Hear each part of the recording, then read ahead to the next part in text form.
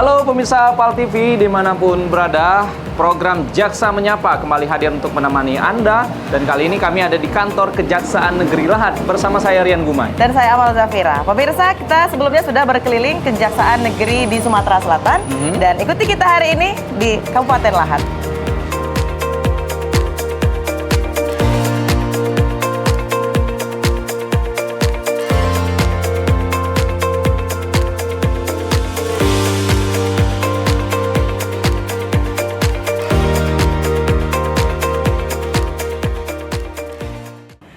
Assalamualaikum warahmatullahi wabarakatuh. Apa kabar pemirsa PAL TV dimanapun berada, salam sehat untuk kita semuanya.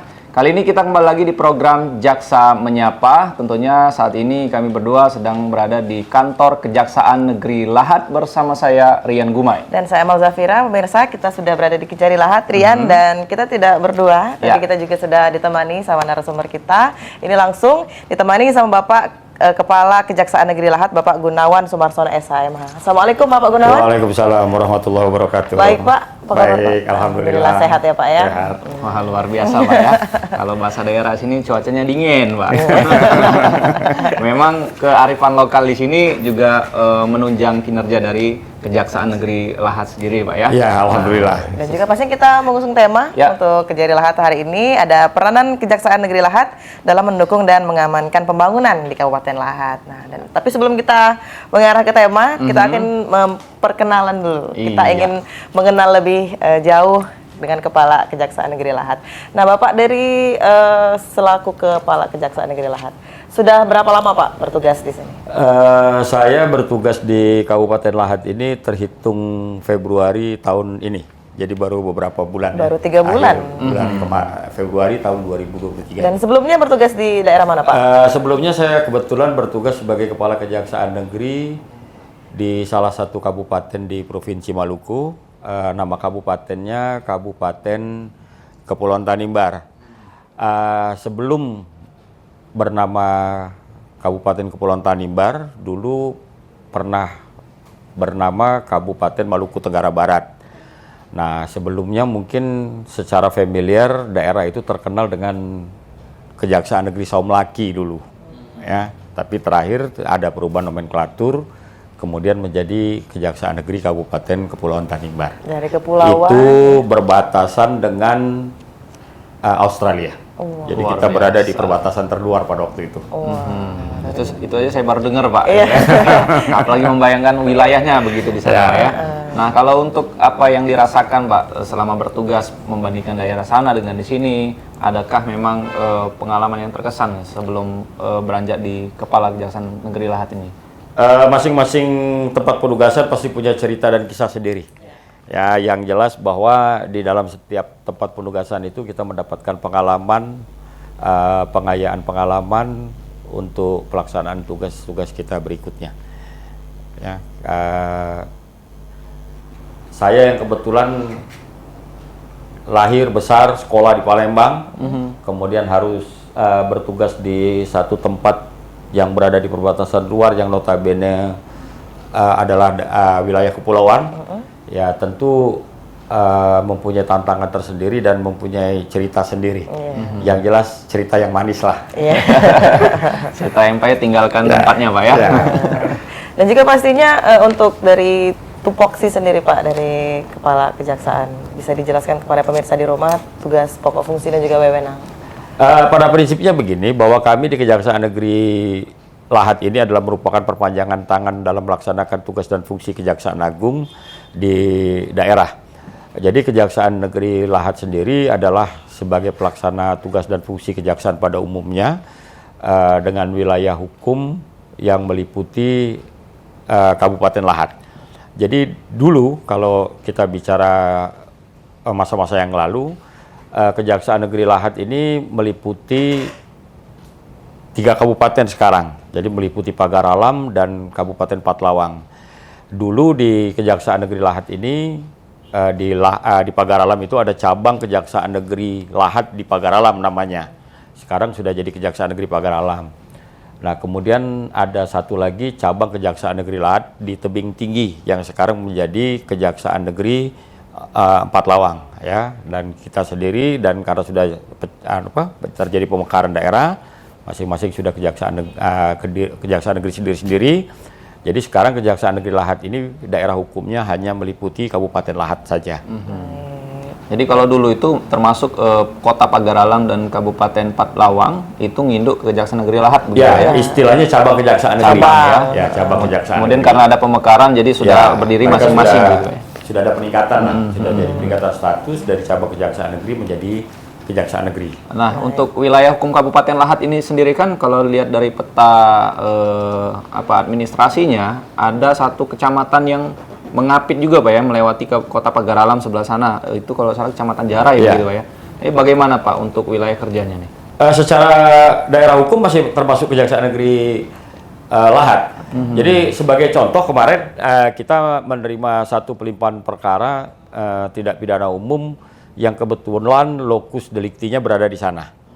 Jadi karena lokus deliktinya berada di sana ya tetap kemudian perkara itu dilakukan pelimpahan tahap 2-nya ke Kejaksaan Negeri Lahat dan kita sidangkan di Pengadilan Negeri Lahat.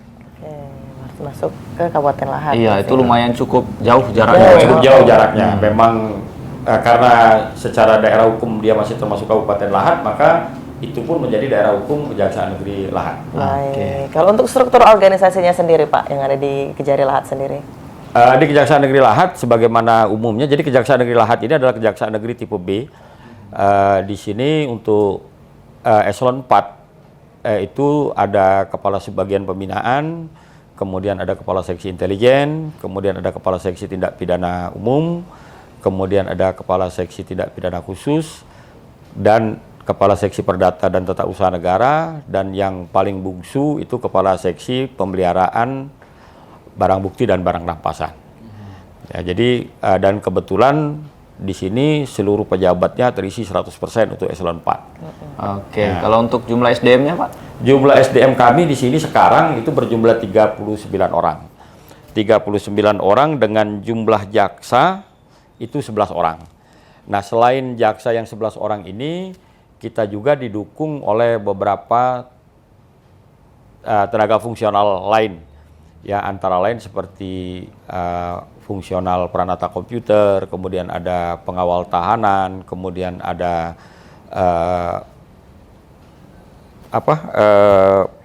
pendistribuan barang inventaris dan lain sebagainya. Jadi sisanya itu fungsional umum. Ya. Jadi kita pada prinsipnya di sini ada 39 orang pegawai negeri sipil. Kemudian selain 39 orang pegawai negeri sipil itu juga kita ada 16 orang PPNPM. Ya. Apa itu Pak, PPNPM? Pegawai pemerintah non pegawai negeri. Ya. Yang diperbantukan ya Pak ya, ya. honor. Seperti itu bisa disebutkan honor carian. Jadi tenaga jaksa dan juga ada yang fungsional, membantu, dan ada yang fungsional membantu. juga begitu Pak ya. Baik, kalau untuk sarana dan prasarana Pak di wilayah Kejari sendiri? Sarana prasarana kami di sini kebetulan dapat dikatakan cukup memadai lah ya. Kita di sini didukung dengan pertama yang ada di sini itu ada fasilitas ruang tahanan, kemudian kita punya poliklinik, kemudian musola, fasilitas gedung kantor yang cukup memadai, ditambah lagi untuk para teman-teman pegawai yang kebetulan lumayan banyak juga yang berasal dari luar daerah. Di sini kita punya mes dan dukungan rumah dinas. Selain itu, untuk operasional sehari-hari kita didukung dengan kendaraan dinas seperti kendaraan tahanan, kemudian kendaraan operasional ada beberapa kita miliki di sini. Jadi banyak Pak ya sarana prasarana pendukung kegiatan di Kejari Lahat ini. Secara umum cukup memadai. Cukup memadai. Cukup memadai untuk mendukung pelaksanaan tugas sehari-hari. Nah, sebagai Kejari Lahat Pak, pimpinan di kejaksaan ini sendiri, apa sih Pak yang menjadi prioritas program kerja untuk tetap disampaikan kepada tim yang mana ini dalam rangka penegakan hukumnya harus bersinergitas dengan Forkopimda lainnya? Jadi pada prinsipnya begini, kewenangan kejaksaan itu atau tugas pokok sebetulnya di kejaksaan ini kan adalah melaksanakan penuntutan perkara pidana. Itu tugas pokok yang sudah secara rutin lah kita lakukan sehari-hari. Ya, jadi secara hari-hari kita ya melakukan proses penuntutan selain daripada pelaksanaan tugas fungsi yang lain ya. Karena tugas kejaksaan ini kalau kita lihat di Undang-Undang Kejaksaan yang terakhir itu, maka akan terlihat bahwa tugas pokok kejaksaan ini akan sangat luas sekali. Karena di sana ada satu item yang menyatakan melaksanakan tugas-tugas lain berdasarkan ketentuan peraturan perundang-undangan. Jadi banyak sekali kan, nanti kan ada undang-undang baru, kita ada tugas pokok ditambah di situ. Nah, pada prinsipnya kami di Kejaksaan Negeri Lahat ini kita sampaikan kepada teman-teman di sini bahwa salah satu tugas pokok yang penting bagi kita berdasarkan undang-undang yang baru itu adalah menciptakan kondisi yang mendukung dan mengamankan pembangunan. Nah, jadi ini salah satu tugas pokok yang cukup berat buat kejaksaan, karena memang inilah yang dituntut pada saat ini, bukan hanya penegakan hukum, tetapi kita juga dituntut untuk bisa mendukung pelaksanaan pembangunan itu sendiri. Ya, jadi inilah yang salah satu yang kita selalu upayakan, bahwa Kejaksaan Negeri Kejaksaan Negeri Lahat ini harus berkontribusi dalam memberikan dukungan dan melaksanakan atau mengamankan program-program pembangunan yang dari kabupaten. Banyak ya Pak upaya-upaya dari proses mengamankan tadi. Dan kalau di Kabupaten Lahat sendiri pembangunannya seperti apa Pak? Sementara ini kalau kita lihat yang sudah bersentuhan dengan kita ya, sudah bersentuhan dengan kita. Jadi pelaksanaan yang bersentuhan dengan kita itu, jadi OPD yang ada di kabupaten ini, beberapa OPD yang ada di kabupaten ini sudah banyak sekali yang datang ke kita dalam rangka katakanlah melakukan konsultasi hukum lah ya. Karena kita di sini salah satu fungsi kita, fungsi kejaksaan ini adalah memberikan pelayanan hukum. Pelayanan hukum baik itu kepada masyarakat maupun kemudian pendampingan hukum kepada OPD-OPD yang ada di Kabupaten Lahat ini. Nah, sampai dengan sekarang ini OPD-OPD di Kabupaten Lahat ini sudah memanfaatkan tugas pokok fungsi kita dalam mendampingi pelaksanaan pembangunan itu dengan cara antara lain itu tadi beberapa teman-teman di OPD di Kabupaten Lahat ini melakukan konsultasi hukum. Misalnya contoh, mereka ragu nih untuk mengambil satu tindakan katakanlah dalam pengadaan barang dan jasa gitu ya, mau ada rencana pengadaan barang dan jasa, kemudian mereka datang ke kita, kemudian mereka melakukan konsultasi hukum ke kita, dan kemudian dari konsultasi hukum itu kita berikan beberapa advice hukum lah ya kepada mereka dalam rangka pelaksanaan tugas. Dan beberapa OPD juga pelaksanaan pekerjaan yang dilakukan oleh OPD itu sudah kita dampingi di sini. Dengan demikian, dengan adanya pendampingan itu, mereka akan kita dampingi dalam pelaksanaan program-program kerja mereka. Ya. Selain itu juga kami di sini di bidang intelijen itu, salah satu tugas di bidang intelijen itu adalah melakukan pendampingan pengamanan proyek-proyek strategis daerah. Dan ini kita juga sudah lakukan terhadap proyek-proyek yang sudah ditetapkan oleh Bupati Lahat sebagai proyek strategis daerah, sudah kita lakukan juga pendampingannya. Sehingga dengan demikian kita berharap bahwa di dalam pelaksanaan pekerjaan-pekerjaan yang dilakukan oleh teman-teman di OPD itu bisa berjalan sesuai dengan ketentuan peraturan perundang-undangan yang berlaku dan tidak terjadi penyimpangan. Jadi kalau untuk tadi Pak mendukung dan mengamankan pembangunan ya, beberapa proyek strategis nasional itu ada yang datang beberapa OPD untuk konsultasi begitu ya. Ya. Apakah kita juga menjemput bola Pak untuk bersosialisasi sampai tingkat bawah? Sosialisasi ya. Jadi dalam berbagai kesempatan kita sampaikan bahwa sebetulnya kejaksaan ini sudah berubah. Ya.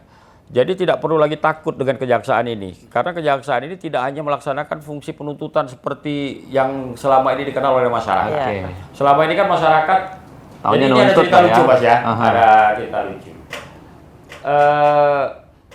Pada suatu hari kita kebetulan punya satu keperluan lah, ya punya satu keperluan terkait dengan pelaksanaan tugas kita. Kemudian kita minta kepada salah satu teman di UPD untuk kita telepon lah ya, kita telepon, ada yang mau kita tanyakan. Kemudian teman ini datang ke kantor kita. Itu nggak berani masuk ke pagar, Mas. Dia berdiri di luar pagar sana. Padahal yang mau ditemuin itu kasih datun. Yang mau ditemuin itu kasih datun. Jadi sampai beberapa menit dia di luar sana, telepon dulu kasih datun, baru dia berani masuk. Jadi ini harusnya tidak demikian ya. Jadi kejaksaan itu tidak seangker dulu lah. Ya. Jadi untuk masyarakat yang memerlukan pelayanan hukum, ada permasalahan-permasalahan hukum, silakan datang ke kantor kami. Di kantor kami nanti kalau permasalahan-permasalahan hukum itu perlu mendapatkan saran-saran, mungkin jalan keluar terhadap permasalahan-permasalahan yang mereka hadapi, itu kita ada yang namanya pelayanan hukum. Pelayanan hukum ini kepada masyarakat siapa saja. Termasuk di situ ada edukasinya juga, Pak ya. Ya, bisa kita Tadi edukasi. kalau disampaikan juga ada beberapa pembinaan porsi bidang-bidang ya, ada intelijen, pidana khusus umum, Ya. kemudian datun tadi, pengelolaan barang bukti sampai dengan kasupsi pembinaan di internal. Ya. Nah, nanti itu mungkin bisa disampaikan secara mendetail, Pak ya, di Ya. segmen kedua bersama dengan pemirsa PAL TV. Tetap bersama kami masih di program Jaksa Menyapa.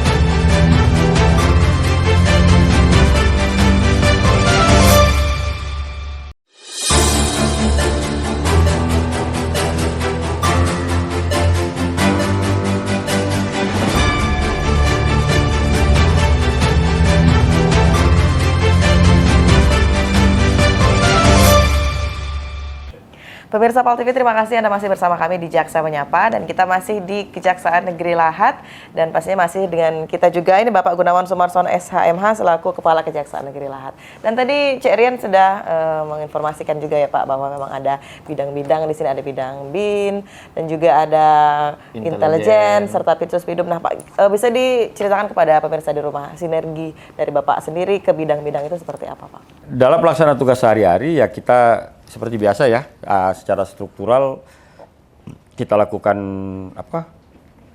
pembagian tugas sesuai dengan bidang-bidangnya, sesuai dengan tupoksi masing-masing subbagian maupun seksi-seksi.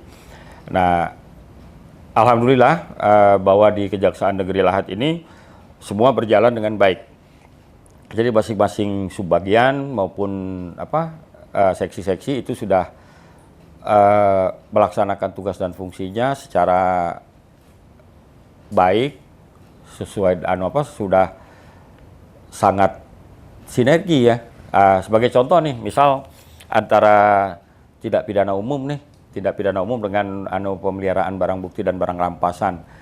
Setiap ada pelimpahan tahap 2 perkara tindak pidana umum terkait dengan barang bukti, maka mereka sudah langsung bersinergi untuk pencatatan barang bukti yang diterima dari penyidik. Kemudian langsung mereka lakukan koordinasi dan itu sudah langsung tercatat di seksi penerimaan pemeliharaan barang bukti dan barang rampasan.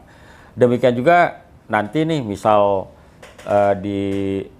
setelah selesai nih perkara putus kemudian inkrah barang bukti harus dikembalikan, maka mereka sudah langsung otomatis saja. Dan kebetulan juga kami saat ini di Kejaksaan sudah didukung dengan berbagai aplikasi yang mendukung sinergitas masing-masing seksi kerja yang berkaitan itu, sehingga seperti tadi barang bukti yang sudah inkrah itu setelah diserahkan kepada seksi pemeliharaan barang bukti dan barang rampasan tentu akan ditindaklanjuti sesuai dengan putusan pengadilan. Dan kebetulan juga kita di Kejaksaan Negeri Lahat ini khusus untuk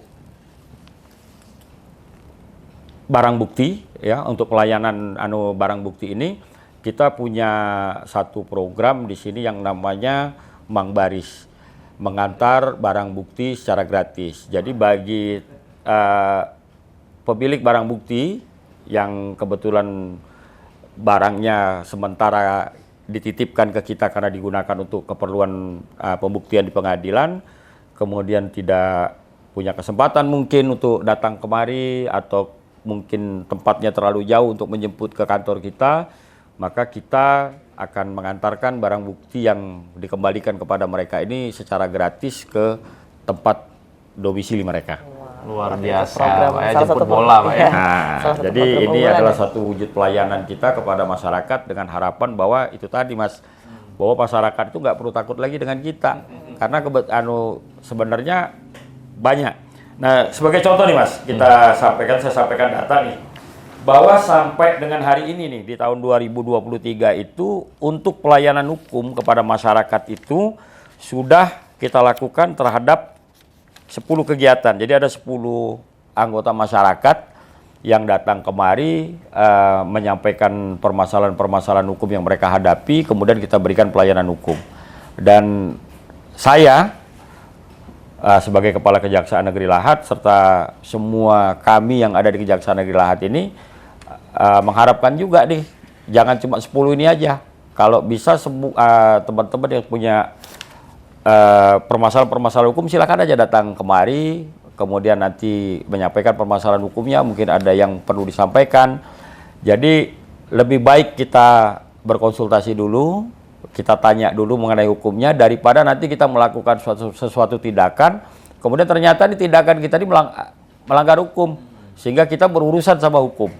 Ya, nah jadi silakan kalau ada permasalahan-permasalahan hukum datang ke kita, dan pelayanan hukum yang kita lakukan di kantor kami ini gratis, ya gratis. Jadi tanpa pungutan apapun, silakan saja. Dan pastinya itu melalui PTSP kan Pak?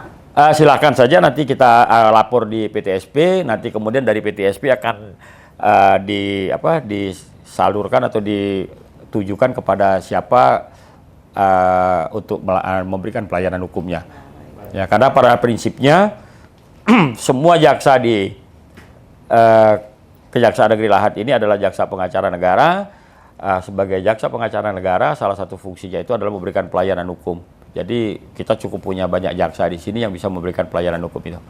Ya Mas, ngomong-ngomong di samping kopinya ini kopi Lahat, Pak. Ini yang cukup terkenal, enak. Oke. Izin minum dulu Pak. Coba cicipin dulu Pak ya. Ini pemirsa PAL TV, kita sambil ngopi dengan Pak Kajari juga nih. Iya.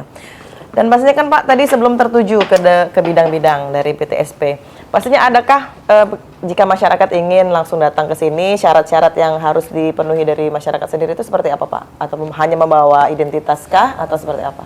Tergantung, ya tergantung. Jadi misalnya mau ambil barang bukti nih, tentu harus bawa identitas kan, kalau memang mau ambil barang bukti.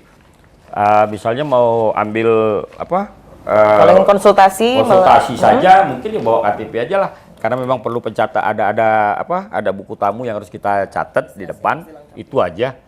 Ya, tidak ada syarat-syarat lain. Jadi terbuka luas untuk masyarakat berkonsultasi, bantuan hukum juga seperti itu, Pak ya. Tadi PTSP ini pelayanan terpadu satu pintu, Pak ya. Jadi memang semua koordinasi di depan di pintu pelayanan, Pak ya. Untuk sejauh ini Pak, perkara yang dominan yang sering diadukan masyarakat di Kabupaten Lahat sendiri itu perkara apa Pak? Ya biasalah ya, dugaan-dugaan perkara tidak pidana korupsi yang dilaporkan oleh masyarakat, oleh teman-teman di luar sana.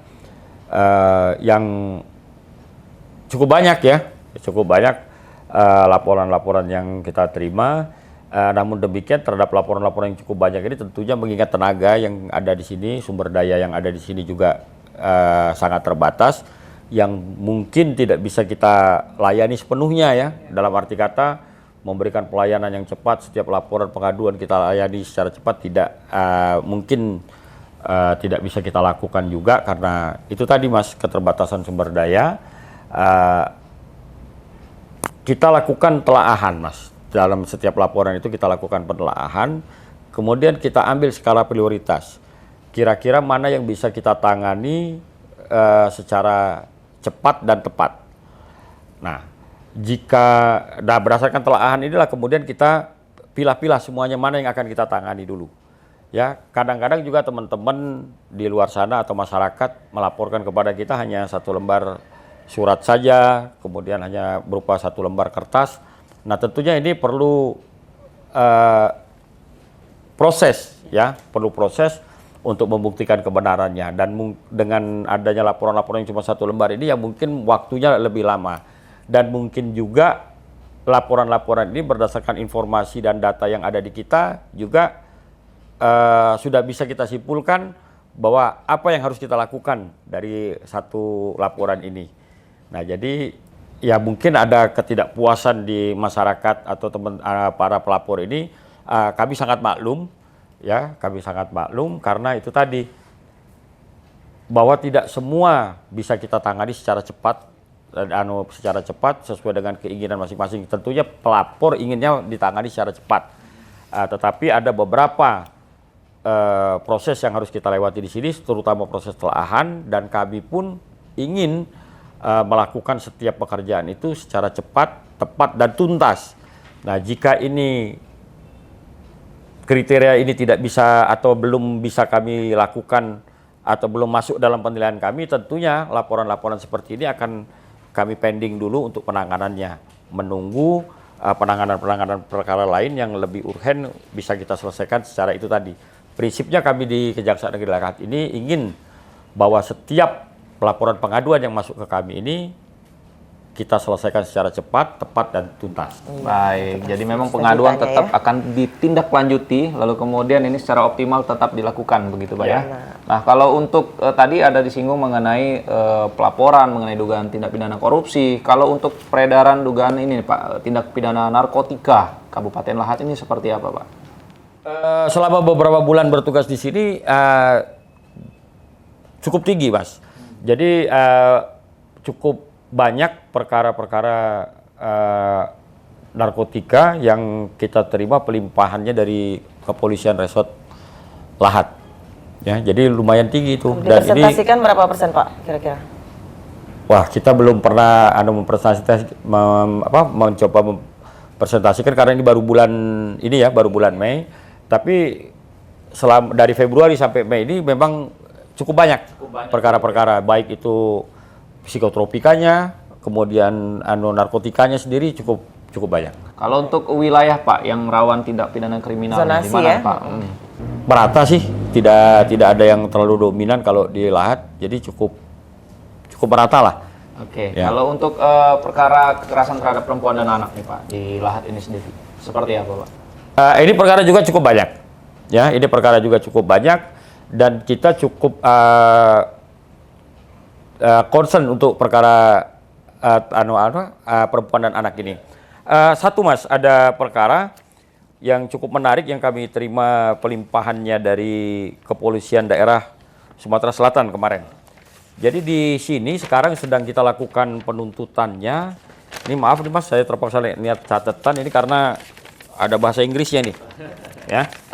Yang kebetulan ini sempat mendapatkan perhatian internasional sehingga ditangani oleh Polda Sumsel. Ya, sekarang penuntutannya sedang kita lakukan. Jadi itu kebetulan ada satu perkara yang mendapat tanggapan dari National Center for Missing and Exploited Child (NCMEC). Ya. Nah, ini kemudian melaporkannya ke Bareskrim Polri. Ya. Nah, kemudian ini kemarin NCMEC ini sendiri berbasis di Amerika Serikat. Jadi karena kebetulan ini perkara ini oleh terdakwa itu diupload ke Google Drive, kemudian bocor, ya Mas, dan ini dinilai sebagai salah satu perkara kekerasan atau kejahatan terhadap anak, ya, kekerasan seksual terhadap anak. Nah, kemudian mereka melaporkan ke Bareskrim Polri, kemudian ditindaklanjuti oleh Polda Sumatera Selatan, dan ini sedang kita tangani sekarang. Perkara-perkara begini juga terjadi nih di Kabupaten Lahat ini. Dan itu yang diupload ke Google Foto itu ada 22 video koleksi yang dibuat oleh terdakwa ini. Jadi perkaranya sudah lumayan di sini sudah lumayan beragam. Ya, ini salah satu contoh perkara kekerasan terhadap anak yang terjadi di Kabupaten Lahat, yang cukup menarik. Rupanya cukup bukan di nasional saja Pak bukan ya? di nasional saja, mendapat perhatian internasional. Ya, dan ini kita cukup concern dalam penanganannya. Sekarang masih dalam taraf pemeriksaan di Pengadilan Negeri Lahat. Oke. Dalam rangka penuntutannya sendiri Pak, concern terhadap perkara ini tadi, seperti apa ini akan konsistensi dari Kejari Lahat sendiri? Pada prinsipnya kami akan melakukan penuntutan sesuai dengan peraturan perundang-undangan yang berlaku. Ya kan, nanti kita lihat dari fakta persidangannya bagaimana untuk menentukan tuntutan terhadap perkara ini. Jadi karena ini proses pemeriksaan di pengadilan masih berlangsung, jadi kita masih menunggu proses ini selesai, sehingga nanti kita bisa melakukan penilaian secara komprehensif untuk menentukan tuntutan pidana yang akan kita ajukan terhadap terdakwa ini. Tapi untuk sepanjang tahun 2023 ini sudah berapa banyak perkara, Pak? 2023 ini kita terima dari kepolisian ya, untuk pidana umum ya. Untuk pidana umum itu untuk SPDP itu 124 perkara. Ya, SPDP-nya sudah 124 perkara, dan untuk berkas perkara tahap 1 ya, yang sudah disampaikan berkas perkaranya kepada kita itu sebanyak 110 perkara. Yang dalam proses penuntutan saat ini ya, dalam proses persidangan ada 96 perkara. Ya, sisanya dalam proses persidangan 96 perkara, kemudian yang sudah kita eksekusi termasuk yang tahun lalu 70 perkara, kemudian dalam tahap upaya hukum ini untuk banding 10 perkara dan kasasi 7 perkara untuk tahun 2023. Ya, jadi lumayan. Kalau kita lihat dari 124 SPDP selama tahun 2023 yang baru menginjak awal bulan Juni, ya cukup banyak perkara tidak pidana umum yang terjadi di Kabupaten Lahat ini. Baik. Perkara itu beragam ya Pak ya? Beragam. Ya, beragam. Cukup banyak Pak ya, artinya perkara yang sedang ditangani. Tadi beberapa faktual data yang disampaikan. Nah, Kejagung juga menggaungkan tentang restoratif justice gitu. Nah, kami ingin tahu nih apa yang sudah dilaksanakan dari Kejaksaan Negeri Lahat, tapi setelah yang satu ini Pak. Kita naik iklan dulu Pak, izin. Nah, pemirsa, kami akan kembali lagi. Sudah yang sikap ini tetap bersama kami di Jaksa Menyapa.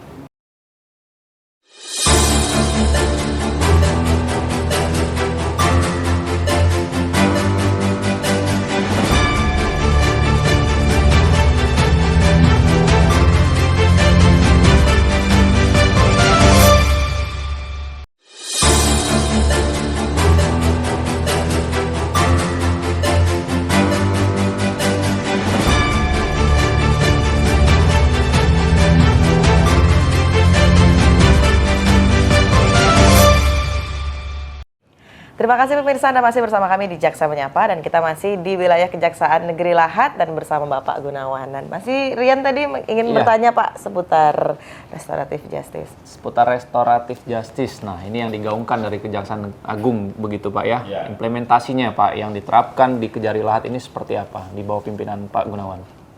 Jadi di tahun 2023 ya, di tahun 2023 ini kita belum melakukan kegiatan restoratif justice. Jadi belum ada yang penyelesaian perkara secara restoratif justice. Restoratif justice yang kita lakukan di kejaksaan ini itu sangat ketat, ya, sangat ketat. Sangat ketat dalam arti kata bahwa harus memenuhi kriteria-kriteria tertentu. Nah, jadi pada prinsipnya kami dalam setiap kali menerima pelimpahan perkara dari kepolisian, melakukan penilaian terhadap setiap perkara itu. Apakah perkara ini dapat diselesaikan secara restoratif berdasarkan aturan yang ada, ya, berdasarkan ketentuan yang ada. Apakah memenuhi syarat untuk di restoratif justice ini.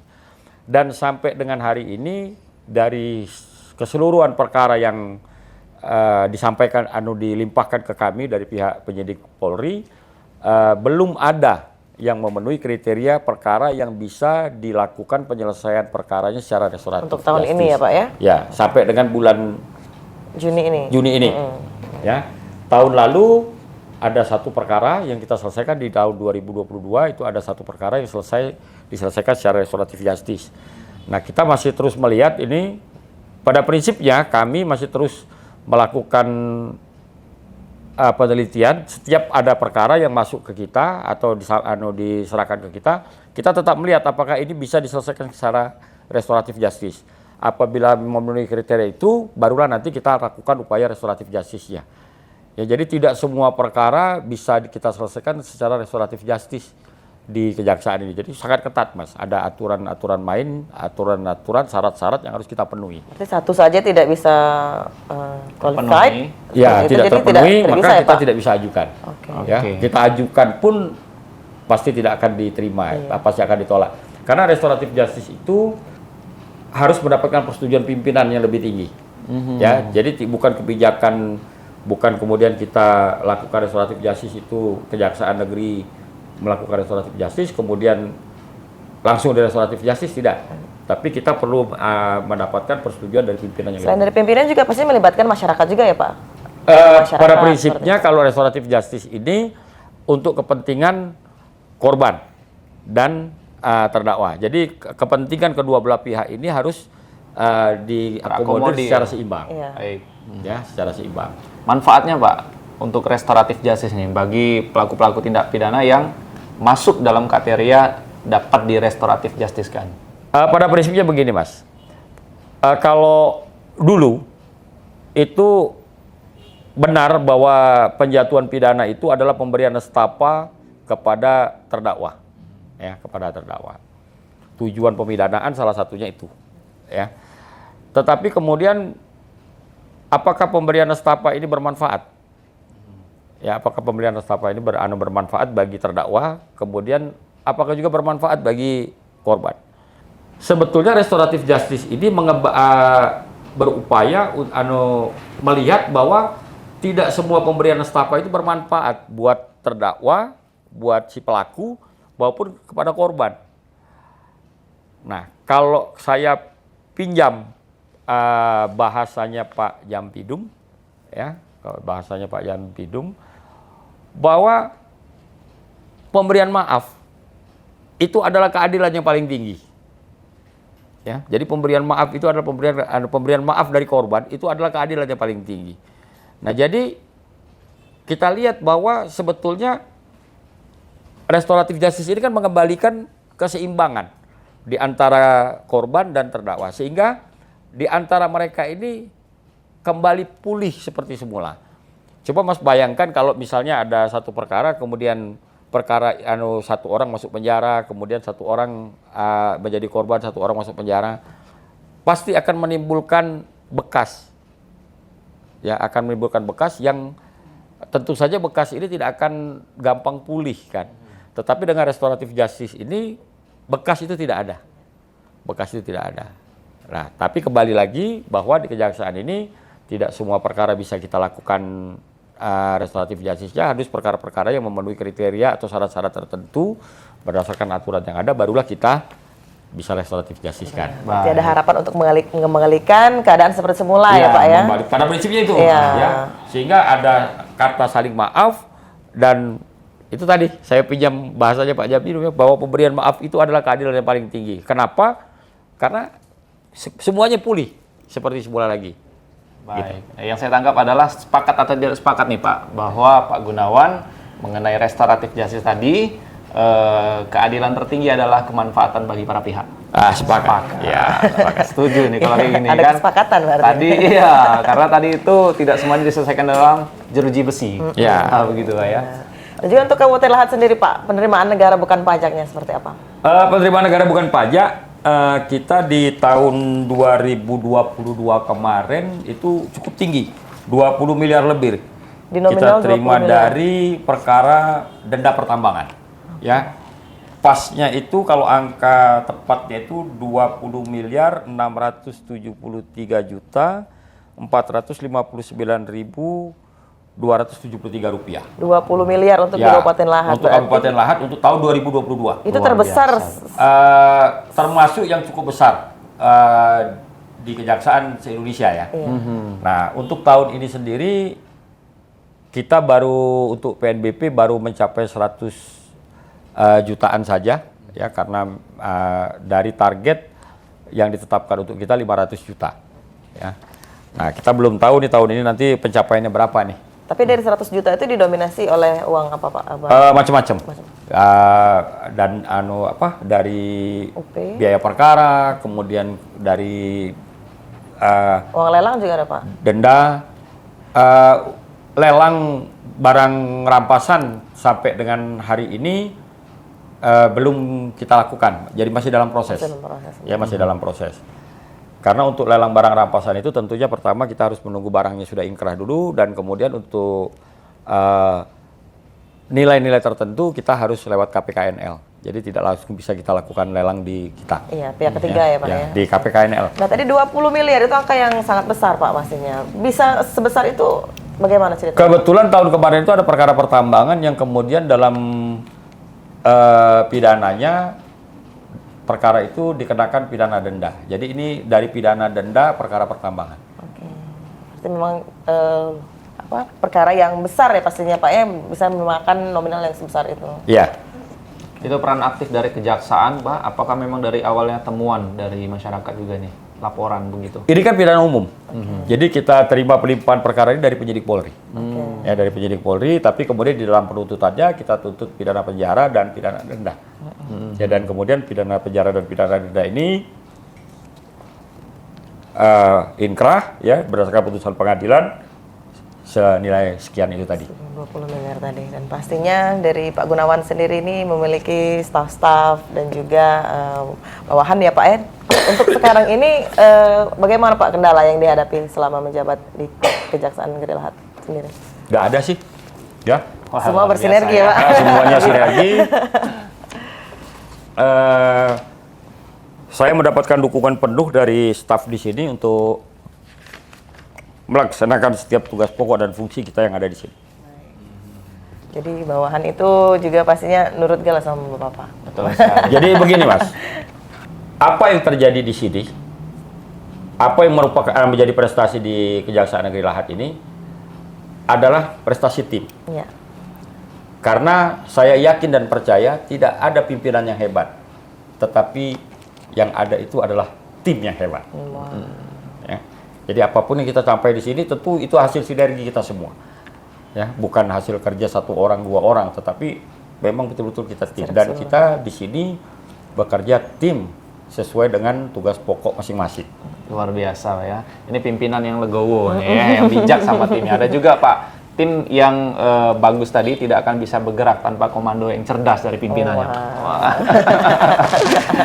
Jadi selama di Kabupaten Lahat ini sendiri Pak, untuk menyentuh kepada kalangan masyarakat, tadi kan wilayah administratifnya juga ada beberapa jarak yang jauh begitu Pak ya.